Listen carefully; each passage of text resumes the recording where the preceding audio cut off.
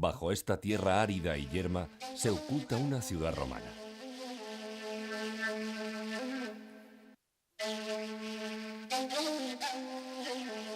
Aquellos edificios majestuosos que buscaban la perfección y la armonía, hoy son restos desperdigados por estas escarpadas laderas.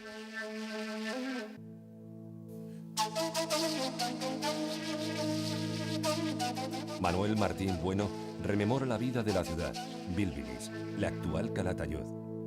Una ciudad que poco a poco va recuperando su esplendor.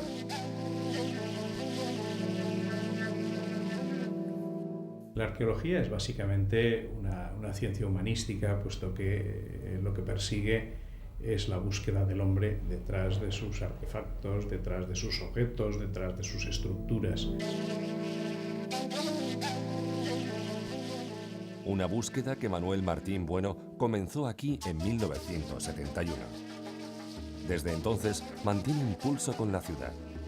Observa, busca, lee cualquier indicio que le permita ir desvelando sus secretos. Un arqueólogo tiene que ser aquel que todavía tenga, en el momento en que todo parezca o esté muy claro, muchas preguntas que realizar a ese acontecimiento histórico que tiene entre manos.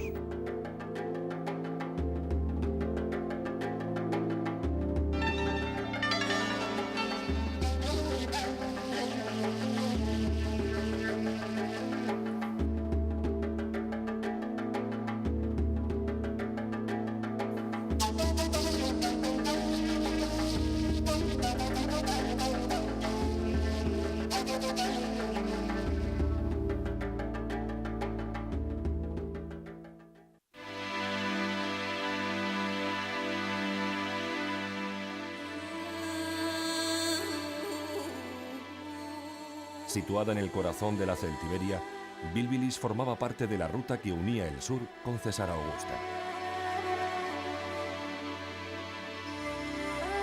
Vivió una época de esplendor durante el siglo I hasta mediados del segundo después de Cristo. Es entonces cuando se construyen los grandes edificios públicos y se amplían negocios particulares como las termas, hoy totalmente recuperadas.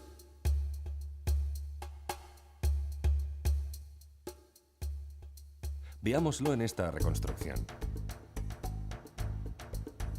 Los romanos acudían a las termas casi diariamente. Eran edificios destinados no solo a la higiene personal, sino también al esparcimiento y a la vida social. Estamos en una de las primeras salas de las termas, exactamente en la que correspondía a lo que hoy llamaríamos el vestuario.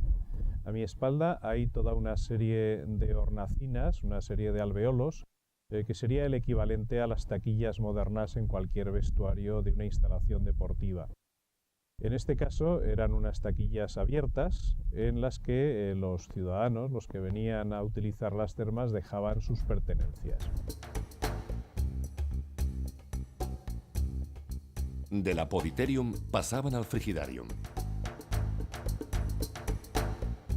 Es la primera sala que se encuentra después del vestuario o apodyterium, y en esta sala los ciudadanos encontraban una piscina pequeña de agua fría que permitía que el cuerpo reaccionase para pasar después a las salas templada y caliente. Los bañistas solían ungirse con aceites y realizar ejercicios físicos antes de pasar al tepidarium. Una vez que el cuerpo se había aclimatado a la temperatura de esta sala, se pasaba al caldarium, la sala caliente. Esta estancia nos da la clave para entender una de las innovaciones constructivas más importantes de los romanos, el sistema de calefacción o hipocaustum. En un extremo tenemos todavía los restos de la bañera, que originariamente estaba cubierta de mosaico, en la que llegaba directamente agua caliente, y luego hacia la derecha tenemos el punto donde llegaba el calor, el horno, el prefurnium, y junto a él nos queda todavía el muro con todas las marcas muy enrojecidas de haber tenido un foco de fuego muy próximo.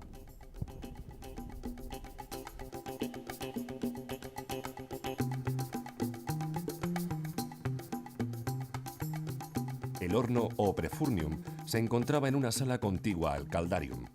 Los esclavos accedían directamente a ella desde el exterior del edificio y su función era mantener el agua de la caldera a una temperatura constante.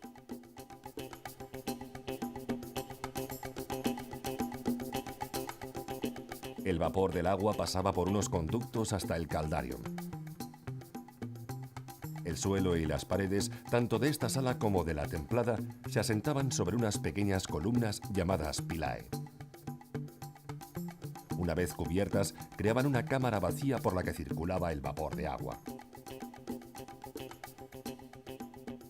El pasado de la ciudad está en cada resto arqueológico. Como un puzzle donde las piezas van encajando, la arqueología nos acerca a la vida, a las costumbres de una ciudad que poco a poco va recuperándose del olvido.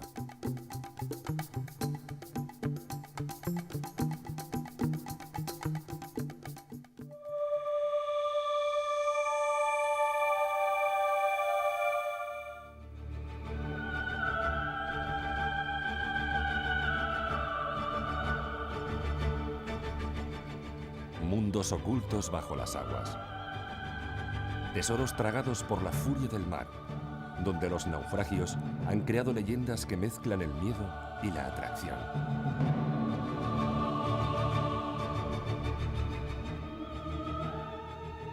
El Cabo Carbonara en Cerdeña era uno de esos puntos negros para la navegación marítima medieval. Allí llevó Manuel Martín Bueno la aventura del descubrimiento arqueológico. En este caso, se trataba casi con toda seguridad de un barco medieval. Pero, ¿de dónde venía? ¿Cuál era su destino? Las respuestas estaban bajo el agua.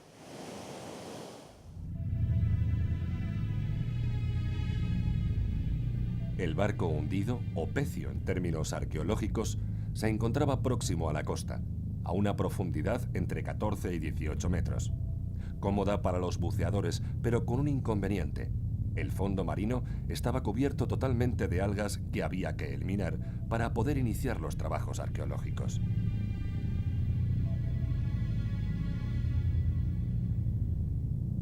A un compañero y a mí se nos vino encima 2 metros cúbicos de Poseidonia. Bueno, pues te puede asustar un poco, ¿no? De repente estás metido en un sitio donde no ves nada, donde estás, sientes que hay un peso por encima, no puedes salir. En agua siempre se trabaja en equipo, siempre se trabaja en parejas cuando menos.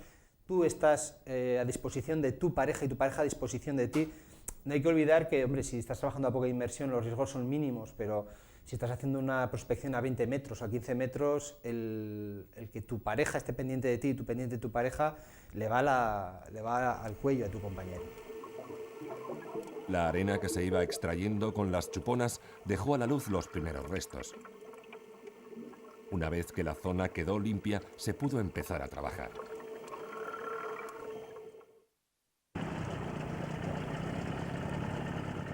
El buceador tiene que sumergirse en el punto exacto para ahorrar tiempo de inmersión. Bajo el agua, 1 metro aquí, 1 metro allá, es no ver. O sea, 2 metros debajo del agua son kilómetros. Tú en superficie te subes a un monte y dominas un cierto radio de tu paisaje. En el agua, 2 metros adelante, 2 metros atrás, cambia el paisaje y además no lo ves. Además del problema de visibilidad, los buceadores tienen limitado su tiempo de trabajo. Dependiendo de la profundidad a la que se encuentren, tendrán que realizar la descompresión para evitar daños físicos. Es ese proceso en el que un buceador va ascendiendo desde la profundidad en la que está, haciendo su inmersión, hacia la superficie, pero haciendo una serie de paradas. Dependiendo a la profundidad y el tiempo al que hayan estado, tiene una obligación de parar pues, entre 9, 6 y 3 metros. El siguiente paso es la colocación de la cuadrícula. Sin unos puntos de referencia adecuados en cualquier trabajo arqueológico y sobre todo en un trabajo arqueológico subacuático, la pérdida de tiempo sería enorme y nunca podríamos tener una certeza completa de que la información que estamos procesando en un momento determinado pertenece a un lugar preciso.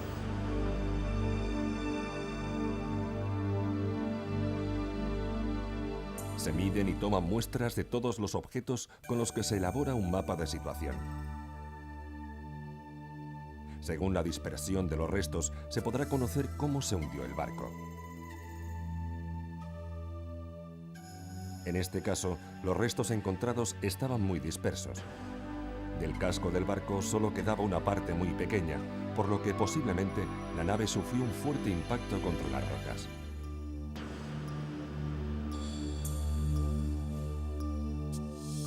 En la excavación de Cavoli, los restos más abundantes fueron las cerámicas.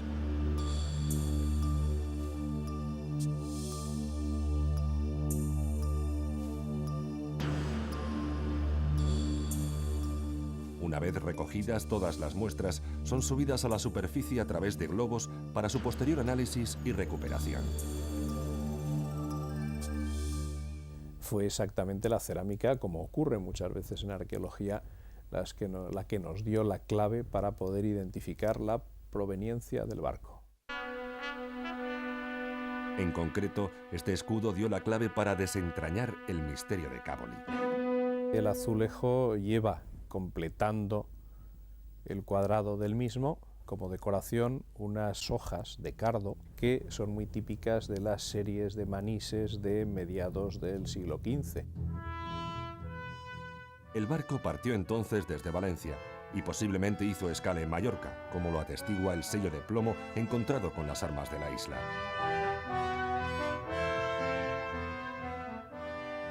La heráldica aportó nuevos datos. Se trataba del escudo de la familia Beccadelli, asentada en Palermo y al servicio de la corona de Aragón, y que en aquella época estaba construyendo un nuevo palacio. La ruta que tenía que seguir el barco cruzaría el Mediterráneo, sorteando la costa de Cagliari hasta Palermo. Para establecer la cronología del hundimiento, Manuel Martín Bueno siguió buscando entre los archivos de la época. En 1460, Alfonso V autorizó a los Beccadelli a incluir en su escudo las armas reales. Esta modificación ayudó a determinar la fecha del naufragio. Toman del escudo de Aragón las barras que pasarán a la primera parte del escudo antiguo y en la parte derecha incluirán las armas del Reino de Sicilia. No es lógico pensar que una familia que recibe ese privilegio no lo coloque inmediatamente en su carta de presentación, y su carta de presentación es su palacio, la decoración de palacio. Eso nos permite situar el azulejo, esta serie de azulejos que todavía no llevan las armas del rey, como producciones anteriores a 1460. Todo ello nos permite situar el hundimiento del barco hacia 1440, que es la fecha más precisa que hoy por hoy se puede dar. Este es un caso en el que están las piezas, las tenemos puestas en un orden, se ha hecho una teoría que se ajusta a estos documentos, a estos materiales, a esta información, pero lo que nos falta verdaderamente es, digamos, el certificado de lo que nosotros estamos pensando es bueno.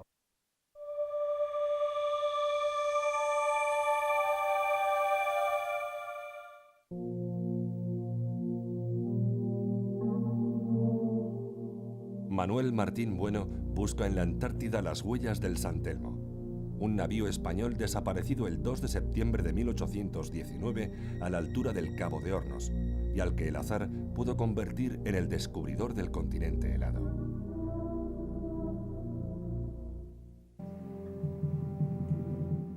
El San Telmo era un poderoso navío de 74 cañones construido en el Ferrol en 1788. Su última misión se inició en Cádiz.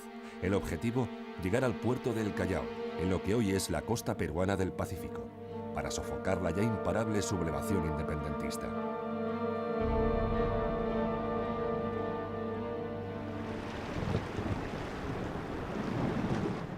Al doblar el Cabo de Hornos, una gran tempestad dejó al San Telmo con el timón, la verga mayor y el tajamar de proa rotos.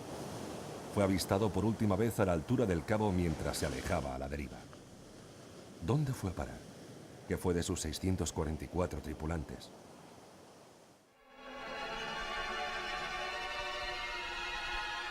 Según la versión oficial, el San Telmo naufragó, Pero Manuel Martín Bueno cree que la historia no acaba ahí. Buceando entre archivos de la época, encontró numerosas referencias al San Telmo, pero ninguna hablaba de su hundimiento.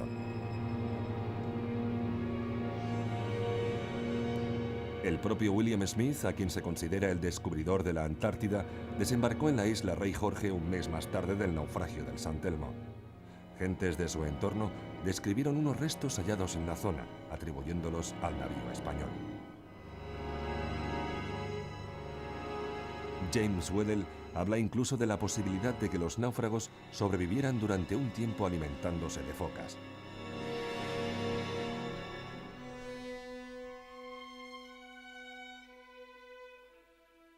Manuel Martín Bueno quiere saber más. Él y su equipo reconstruyeron las corrientes marinas de la época. Se dirigían hacia las islas Shetland del Sur en la Antártida. Entonces, ¿los náufragos del San Telmo podrían ser los primeros descubridores del sexto continente?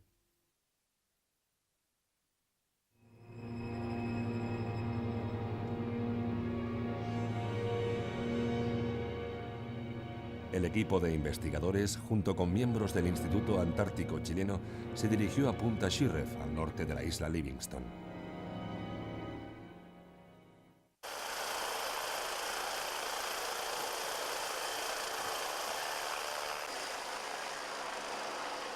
Pronto se dieron cuenta de las dificultades a las que tendrían que hacer frente para poder iniciar un trabajo arqueológico en un continente virgen, donde nunca antes los investigadores habían ido en busca de restos de historia.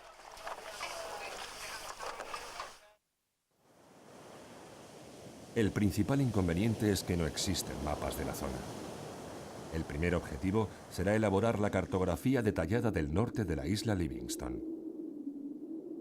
El equipo hispano-chileno utilizó un sistema de posicionamiento global GPS con transmisor vía satélite, cuya estación principal se estableció en un monte cercano a la base. Otra unidad se instaló alternativamente en una mochila y en una lancha. Con la ayuda de un potente sistema informático, fue posible tratar en tiempo real todos los datos recogidos.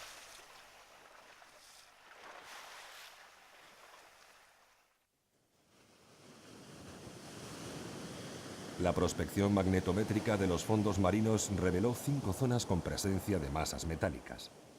¿Podrían ser los restos de un barco?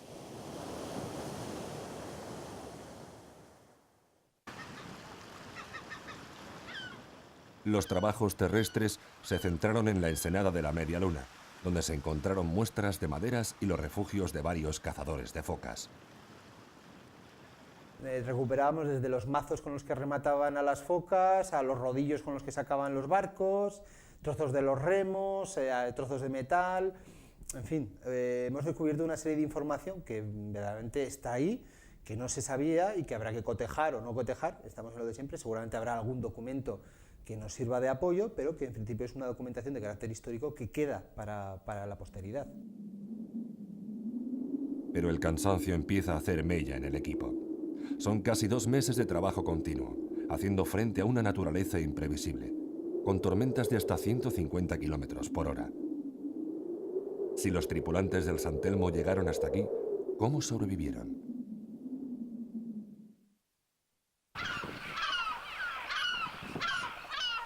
Las respuestas comenzaron a aparecer en el paraje de Punta Negra, donde se encontraron unos refugios que aprovechaban los desplomes rocosos. Gracias a las grabaciones realizadas por el equipo de arqueólogos, hoy tenemos un documento inigualable del momento mismo del descubrimiento. Estamos en el interior de una de las habitaciones realizadas aprovechando la estructura natural de roca. En el suelo encontramos esparcidos toda una serie de elementos de actividad humana. Nos encontramos, y es lo que más destaca, piezas de hierro correspondientes a construcción naval, que ignoramos qué significado tienen aquí todavía.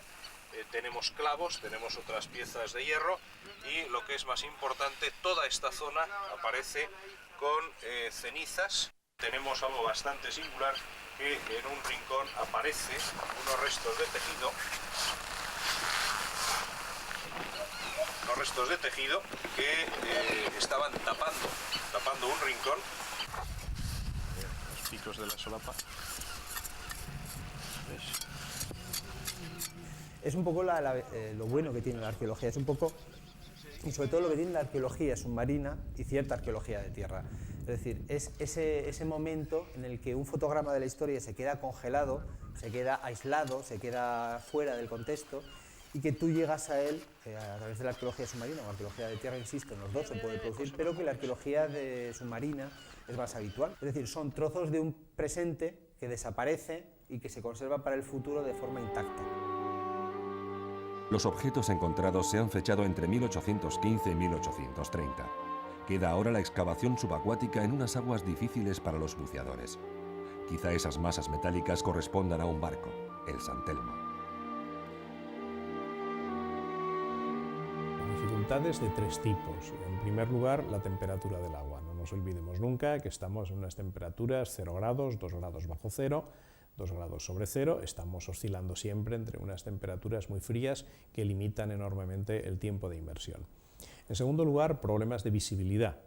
En la zona de Bahía de la Media Luna, lo mismo que en parte de la zona de los islotes Telmo, estamos al pie de unos glaciares que arrastran en los momentos de deshielo, están arrastrando grandes masas de lodos al agua y esto enturbia enormemente esta e impide la visibilidad. Y luego también el problema de la profundidad, que unido al problema de la temperatura y al problema de la visibilidad, va a reducir notablemente el tiempo de inmersión.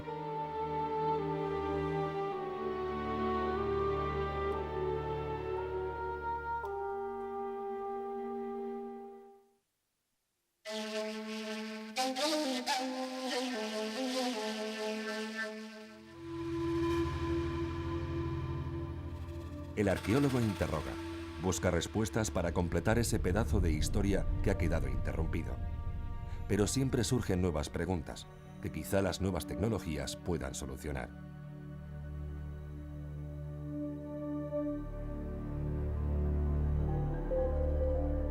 Este es el Maquelum, o mercado de Gerasa, tal y como Manuel Martín Bueno cree que fue en el siglo II después de Cristo.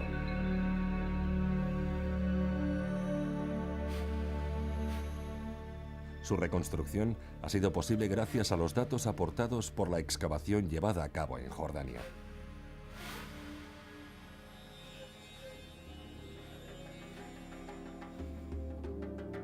Gerasa, situada al norte de la actual Jordania, formaba parte de la Decápolis, un conjunto de ciudades enriquecidas gracias al paso frecuente de comerciantes que iban hacia Oriente.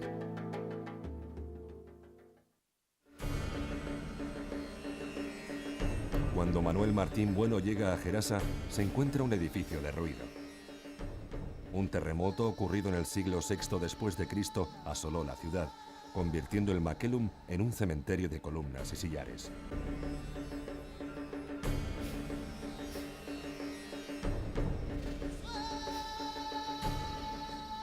El edificio presentaba una planta distinta a las ya conocidas. Tenía una estructura externa cuadrada de 45 metros de largo por 45 de ancho, pero el patio interior era octogonal.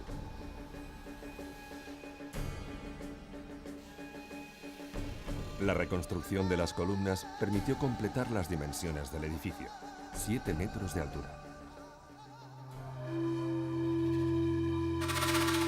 Al trasladar estos datos al ordenador, el edificio empieza a tomar forma. El patio central, de forma octogonal, tenía una fuente en el centro para recoger las aguas de lluvia y estaba rodeado por un peristilo de 24 columnas. Lo más característico del Maquelum eran las exedras o ábsides semicirculares que cerraban los lados diagonales del patio. En torno a este se disponían las tabernas que daban la forma cuadrada del exterior del edificio.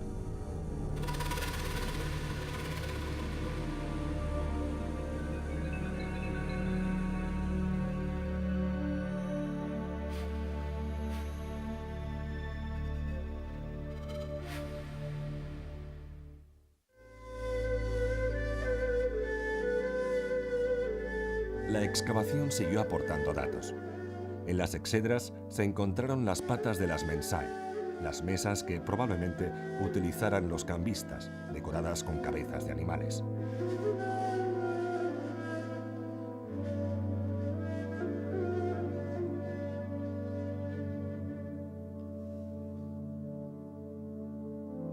El arqueólogo se apoya en la reconstrucción para hacerse una idea precisa del edificio, pero surgen nuevas cuestiones. En la excavación no hay restos del cubrimiento. Conocer cómo estaba cerrado el Macellum solo es posible a través del ordenador. En este caso, la solución arquitectónica que Manuel Martín Bueno cree más probable, apoyándose en las distintas opciones del programa informático, es que estuviese cubierto a dos aguas como la mayoría de las construcciones romanas.